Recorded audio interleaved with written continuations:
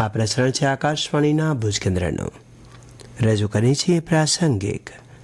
વિષય છે આંતરરાષ્ટ્રીય ભ્રષ્ટાચાર વિરોધી દિવસ. સંપાદન અને પઠન છે તૌફીક સમાનો. આજે 9 ડિસેમ્બર આખી દુનિયાભરમાં આંતરરાષ્ટ્રીય ભ્રષ્ટાચાર વિરોધી દિવસ ઉજવવામાં આવે છે. આ દિવસનો મુખ્ય હેતુ સમગ્ર વિશ્વમાંથી ભ્રષ્ટાચારને દૂર કરવાનો છે. ઘણા દેશોમાં જાગૃતિ અભિયાન ચલાવવામાં આવે છે, જેથી લોકોમાં સકારાત્મક પહેલ થાય અને લોકો ભ્રષ્ટાચારને પ્રોત્સાહન ન આપે. ભ્રષ્ટાચાર એ સામાજિક સમસ્યા સામેના સંઘર્ષનો એક ભાગ છે, જેનો હેતુ ન્યાયી અને પ્રમાણિક સમાજ તરફ પગલાં લેવાનો છે. ભ્રષ્ટાચાર સામે જાગૃતિ લાવવા અને સ્થાપિત કરવા માટે સમર્પિત એક મહત્વપૂર્ણ દિવસ છે. આ દિવસ ઘણા લોકો વિવિધ કાર્યક્રમો અને આયોજનમાં ભાગ લે છે. 31 ઓક્ટોબર 2003ના રોજ આખી દુનિયા ભ્રષ્ટાચારની સામે એટલે સંયુક્ત રાષ્ટ્ર કન્વેન્શન પહોંચી અને આ દિવસને ઉજવે છે. ભ્રષ્ટાચાર સામે સમાજમાં જાગૃતિ અને એકતા વધારવા માટે એક મહત્વપૂર્ણ પ્લેટફોર્મ પૂરું પાડે છે. ભ્રષ્ટાચાર એ સૌથી મોટી સમસ્યા છે, જે સમાજમાં ન્યાય અને પ્રમાણિકતાને નષ્ટ કરે છે. આ દિવસ દ્વારા લોકોને ભ્રષ્ટાચાર વિરોધી અને તેના ગેરફાયદા વિશે જાગૃત કરવામાં આવે છે, અને તેનાથી બચવા માટે આ દિવસ ભ્રષ્ટાચારને રોકવા અને સમાજમાં પ્રમાણિકતાને પ્રોત્સાહિત કરવામાં આવે છે. ન્યાયને પ્રોત્સાહિત કરવા માટે પણ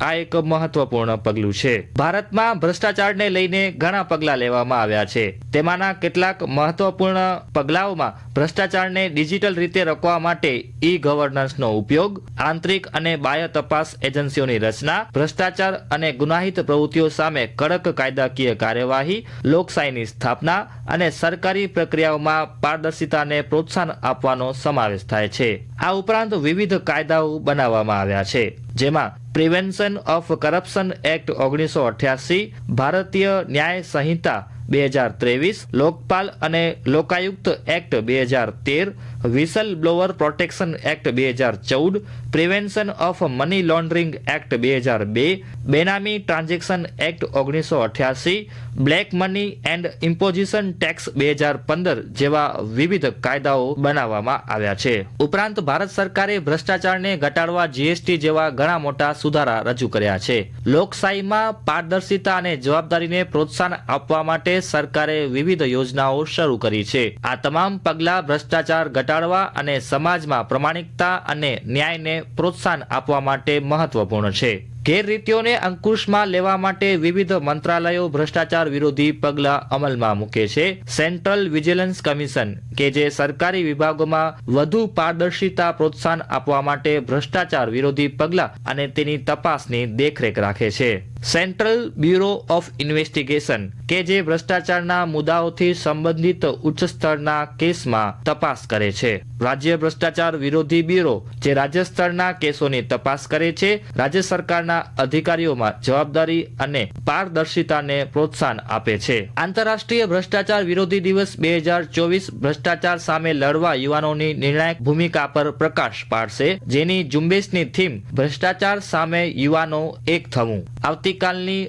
અખંડિતતાને આકાર આપવી. સાથે આ વૈશ્વિક પહેલનો હેતુ યુવાનોને પરિવર્તનના એજન્ટ તરીકે સશક્ત કરવાનો છે, જેનો મૂળ પારદર્શિતા અને જવાબદારીમાં રહેલા ભવિષ્યને પ્રોત્સાહન આપવાનું છે. આ ઝુંબેશ આજથી શરૂ થશે અને 2025 સુધી ચાલશે, જે કતારના દોહામાં United Nation Convention Against Corruption માટે સ્ટેટ પાર્ટીઝની કોન્ફરન્સના 11મા સત્રમાં પરિણમશે.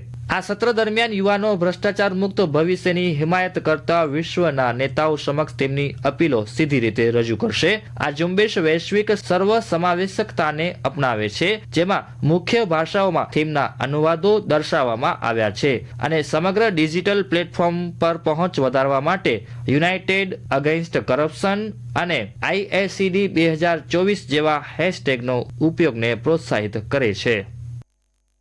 આંતરરાષ્ટ્રીય ભ્રષ્ટાચાર વિરોધી દિવસ વિશે પ્રાસંગિક આપે સાંભળ્યું. સંપાદન અને પઠન હતું તૌફીક સમાનો.